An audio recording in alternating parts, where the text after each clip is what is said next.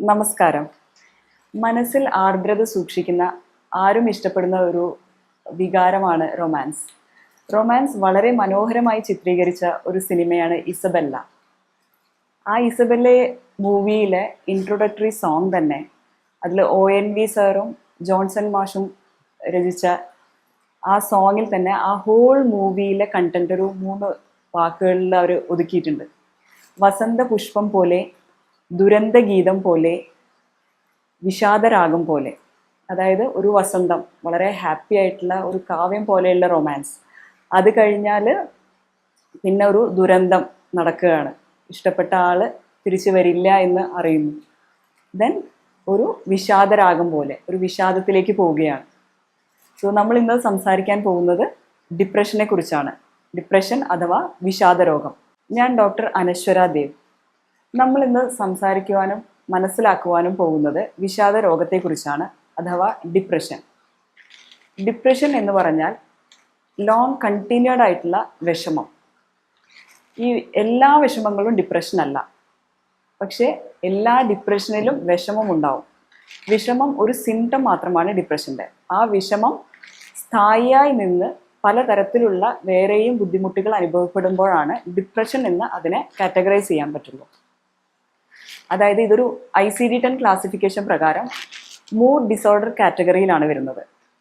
അതായത് Ather extremely happy stage മാനിയ, അല്ലെങ്കിൽ extremely sad state ഇത് ഡിപ്രഷൻ, അല്ലെങ്കിൽ ഇത് രണ്ടും മാറി മാറി വരുന്നൊരവസ്ഥ ബൈപോളാർ ഡിസോർഡർ. ഇതിൽ ഡിപ്രഷൻ്റെ ഒരു സ്റ്റാറ്റിസ്റ്റിക്സ് പറയുകയാണെങ്കിൽ WHO സ്റ്റാറ്റിസ്റ്റിക്സ് പ്രകാരം 280 മില്യൺ ആൾക്കാരിലാണ് വേൾഡ് വൈഡ് ഇത് കാണപ്പെടുന്നത്. ഇന്ത്യയിൽ മാത്രം നോക്കിയാൽ 10 മില്യൺ ആൾക്കാരിൽ ഇത് വരുന്നുണ്ട്. അതിൽ തന്നെ ഓരോ 11 മിനിറ്റ് വെച്ചിട്ട് ഈ അസുഖം വളരെ തീവ്രമായി വന്നിട്ട് ഈ ലോകത്തിൽ നിന്ന് തന്നെ അവരില്ലാതാകുന്ന ഒരു അവസ്ഥ വളരെ ഓഫണായിട്ട് കാണപ്പെടുന്നുണ്ട്. സോ അത്രയും ഇമ്പോർട്ടൻ്റ് ആയിട്ട്, എസ്പെഷ്യലി നമ്മളുടെ സിറ്റിയിൽ താമസിക്കുന്ന 3 സൈക്കാട്രിക് ഇൽനെസ്, അതായത് അതിലൊന്ന് anxiety, then depression, then schizophrenia. അത്രയും പ്രാധാന്യമേറിയ ഒരു അവസ്ഥയാണ് ഡിപ്രഷൻ എന്ന് പറയുന്നത്. ഇനി നമുക്ക് അതിൻ്റെ സിംറ്റത്തെക്കുറിച്ച് ആലോചിക്കാം. ഡിപ്രഷൻ്റെ സിംറ്റംസ് ഒരു മൂവി ആയിട്ട് റിലേറ്റ് ചെയ്തിട്ട് പറയാം. മൂവി എന്ന് പറയുന്നത് ജനങ്ങളിൽ വളരെ പെട്ടെന്ന് സ്വാധീനിക്കാൻ കഴിയുന്ന ഒരു മീഡിയമാണ് മൂവി. സോ ആ ഒരു മൂവി വെച്ച് നമ്മളൊരു എക്സാമ്പിളായിട്ട് ഒരു അസുഖത്തിനെ മനസ്സിലാക്കിയാൽ ഈസി ആയിട്ട് നമുക്കത് മനസ്സിലാക്കാൻ പറ്റും.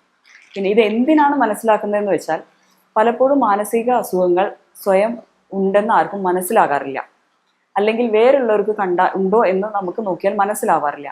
സോ കുറച്ച് ഇതിനെപ്പറ്റി അറിഞ്ഞിരുന്നാൽ നമ്മൾക്കത് വരുമ്പോഴോ അല്ലെങ്കിൽ ബാക്കി ചുറ്റുപാടുമുള്ളവർക്ക് വരുമ്പോഴോ നമുക്ക് കുറച്ച് അവരെ ഹെൽപ്പ് ചെയ്യാനോ ഒരു ഡോക്ടറിൻ്റെ അടുത്തേക്ക് കൊണ്ടുപോകാനോ പറയാൻ പറ്റും.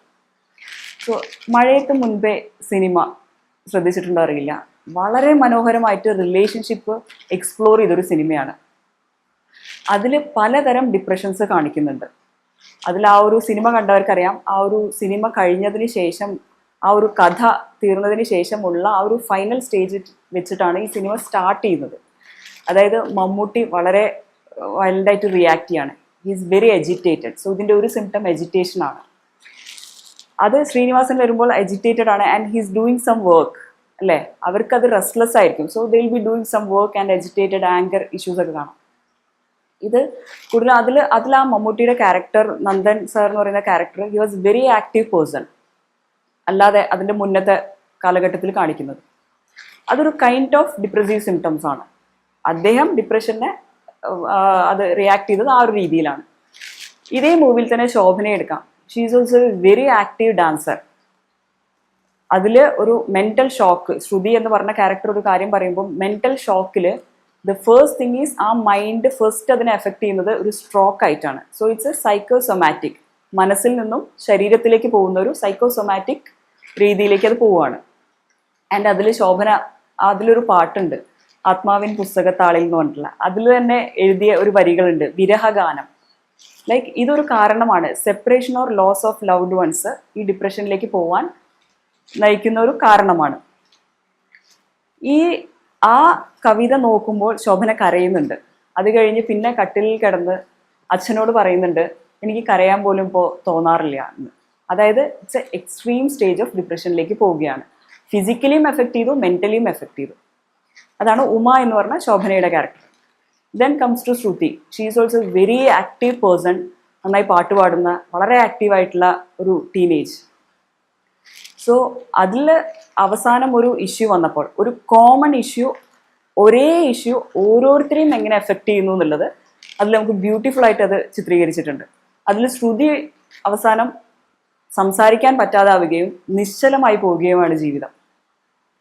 സോ ഇത്രയും പലതരത്തിലാണ് അതിനെ എഫക്റ്റ് ചെയ്തത്. ഉമയുടെ അച്ഛൻ വളരെ വിഷമത്തോടു കൂടിയാണ് ശ്രുതിയോട് റിയാക്ട് ചെയ്യുന്നത്. പക്ഷെ അതൊന്നും ഒരു ഡിപ്രസീവ് സ്റ്റേജിലേക്ക് പോകുന്നില്ല. അല്ലെങ്കിൽ ശ്രുതിയുടെ അച്ഛൻ ഓൾറെഡി അമ്മ മരിച്ചത് കൊണ്ടാവാം, എന്നിട്ടും ബിസിനസ് ക്യാരി ഓൺ ചെയ്തു. അങ്ങനെ ഡെയിലി ആക്ടിവിറ്റീസ് ക്യാരി ഓൺ ചെയ്യാൻ പറ്റുന്ന ഒരാൾ ഡിപ്രസീവ് സ്റ്റേറ്റ് അല്ല. സോ അദ്ദേഹത്തിന് നമുക്ക് വിഷമം എന്നേ പറയാൻ പറ്റുള്ളൂ. കുറേ കാലം കഴിഞ്ഞപ്പോൾ അദ്ദേഹത്തിൻ്റെ മകളും പോയി, ശ്രുതി. സോ അദ്ദേഹത്തിൻ്റെ നമ്മൾക്ക് കാണാൻ പറ്റുന്നത് വിഷമം ഉണ്ടാവും, പക്ഷെ ഡിപ്രസീവ് സ്റ്റേജിലേക്ക് പോയിട്ടില്ല. പക്ഷേ ഈ ശ്രുതിയാണെങ്കിലും പോയി, നന്ദൻ സാർ എന്ന് പറഞ്ഞ ക്യാരക്ടറും പോയി, ഉമ എന്ന് പറഞ്ഞ ക്യാരക്ടറും പോയി. ഇതേപോലെ തന്നെ ഇസബെല്ലയിൽ എന്ത് പറ്റി? അവസാനം ജീവിതം തന്നെ ഇല്ലാതാക്കുന്ന ഒരു അവസ്ഥയിലേക്ക് പോവുകയാണ്. അത് പ്രതീക്ഷക്കുറവ് കൊണ്ടാണ്. ഹോപ്പ്ലെസ്നെസ് മാർക്ക്ഡ് ഫീച്ചറാണ് ഈ ഡിപ്രഷൻ്റെ. സോ ഇതിലുള്ള സിംറ്റംസ് ആദ്യം പറഞ്ഞു, വളരെയധികം വിഷമം ഉണ്ടാവും, അത് ഉറപ്പുള്ള കാര്യമാണ്. കുറേ കാലങ്ങളായിട്ടുള്ള വിഷമം. പിന്നെ ആക്ടിവിറ്റി കുറയും. പിന്നെ എജിറ്റേറ്റഡ് ആയവർക്ക് ആക്ടിവിറ്റി കൂടുതലായിരിക്കും കേട്ടോ. പൊതുവെ ആക്ടിവിറ്റി കുറയുകയാണ് ഉണ്ടാവുക. അതിനുശേഷം എനർജി കുറവുണ്ടാവും. പിന്നെ ഇത് നിന്ന് വേറെ പല സിംറ്റത്തിലേക്കും പോവാം. അതായത് ഉറക്കമില്ലായ്മ, ഡിസിഷൻ എടുക്കാൻ പറ്റുന്നില്ല. അതിൽ ആ നന്ദൻ ക്യാരക്ടറിന് ഡിസിഷൻ എടുക്കാൻ പറ്റുന്നില്ല. ഒരു അവസ്ഥ വന്നു കഴിഞ്ഞപ്പോൾ ശ്രുതിയുടെ കൂടെ നിൽക്കണോ, ഉമ്മയുടെ കൂടെ നിൽക്കണോ, എന്താ, ഈ ജസ്റ്റ് എസ്കേപ്പിങ് അല്ലേ. ഗിൽട്ട് ഉണ്ട്, ഞാൻ ചെയ്തത് തെറ്റായി പോയോ എന്നുള്ള ഗിൽട്ട് ഉണ്ട്. And loss of interest in sexual life.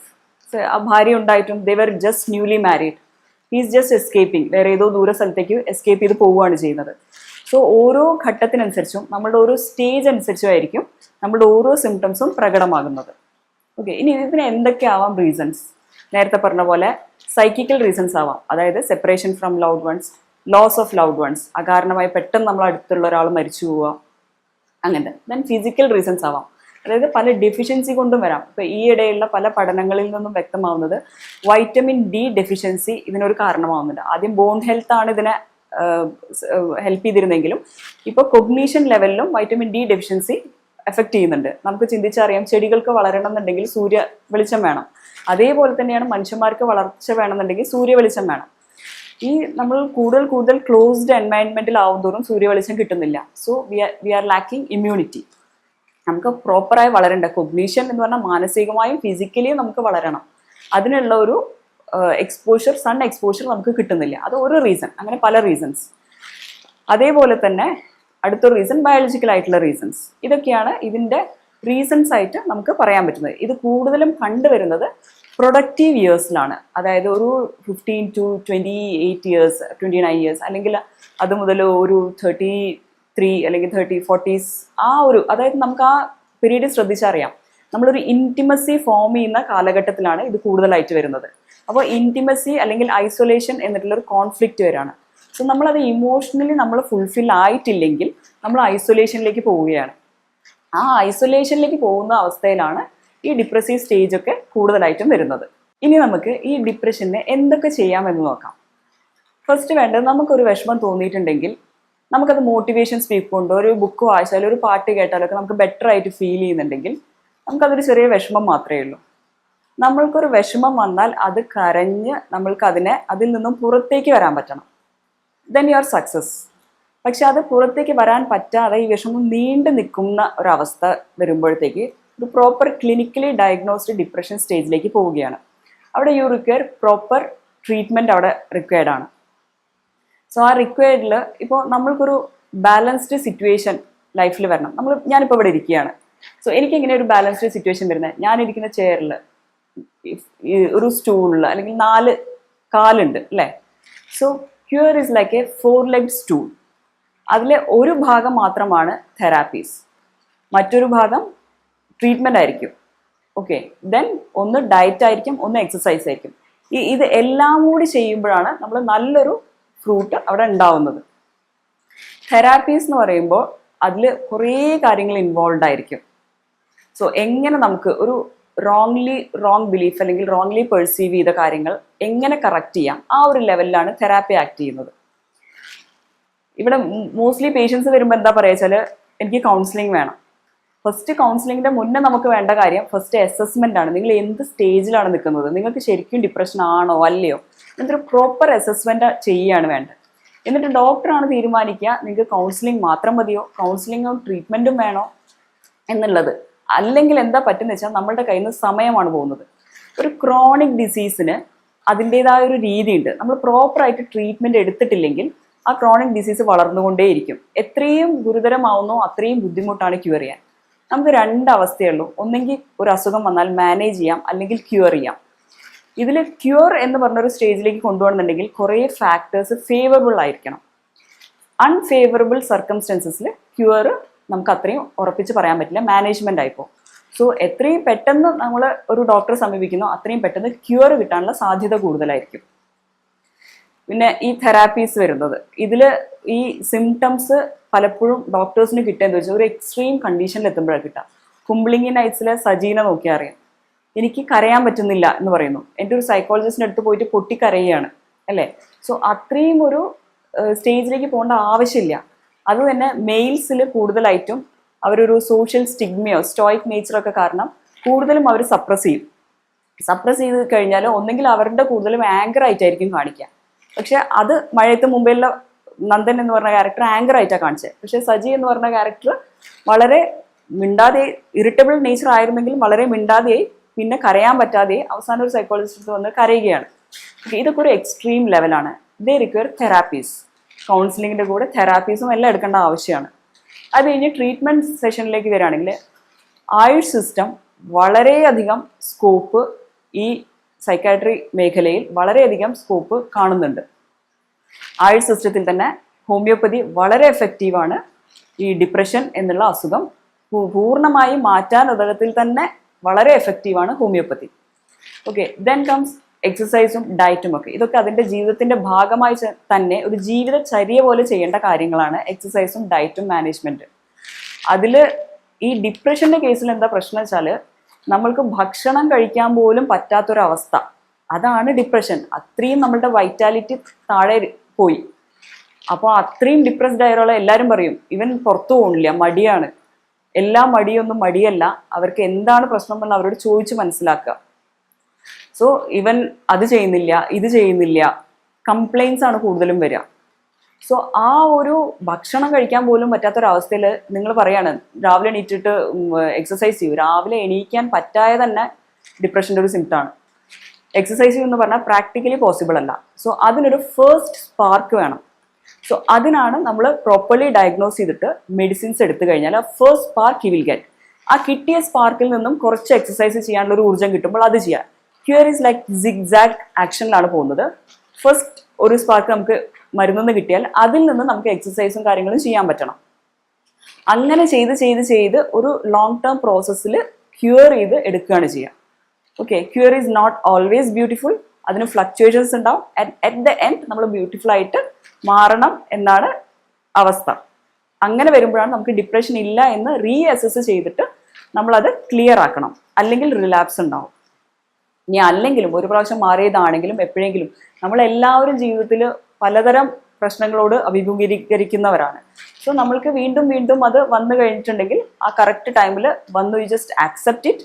നമ്മൾ ഒരു കാര്യം ആക്സെപ്റ്റ് ചെയ്താൽ മാത്രമേ നമ്മളത് സൊല്യൂഷനിലേക്ക് പോവുള്ളൂ. യു ജസ്റ്റ് സോൾവ് ഇറ്റ്, അത്രയേ ഉള്ളൂ.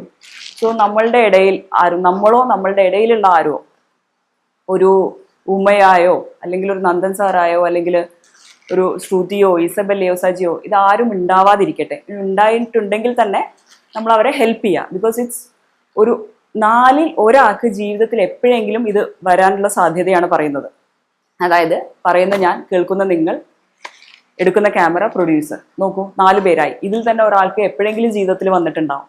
സോ അത്രയും കോമൺ ആയിട്ടുള്ള കാര്യം. നമ്മളുടെ അസസ്മെന്റിൽ തന്നെ മിനിമൽ ഓർ നോർമൽ എന്ന് എഴുതാം. കാരണം ഇതൊരു ബേസിക് ഇമോഷനാണ് സങ്കടം, വിഷമം എന്ന് പറയുന്നത്.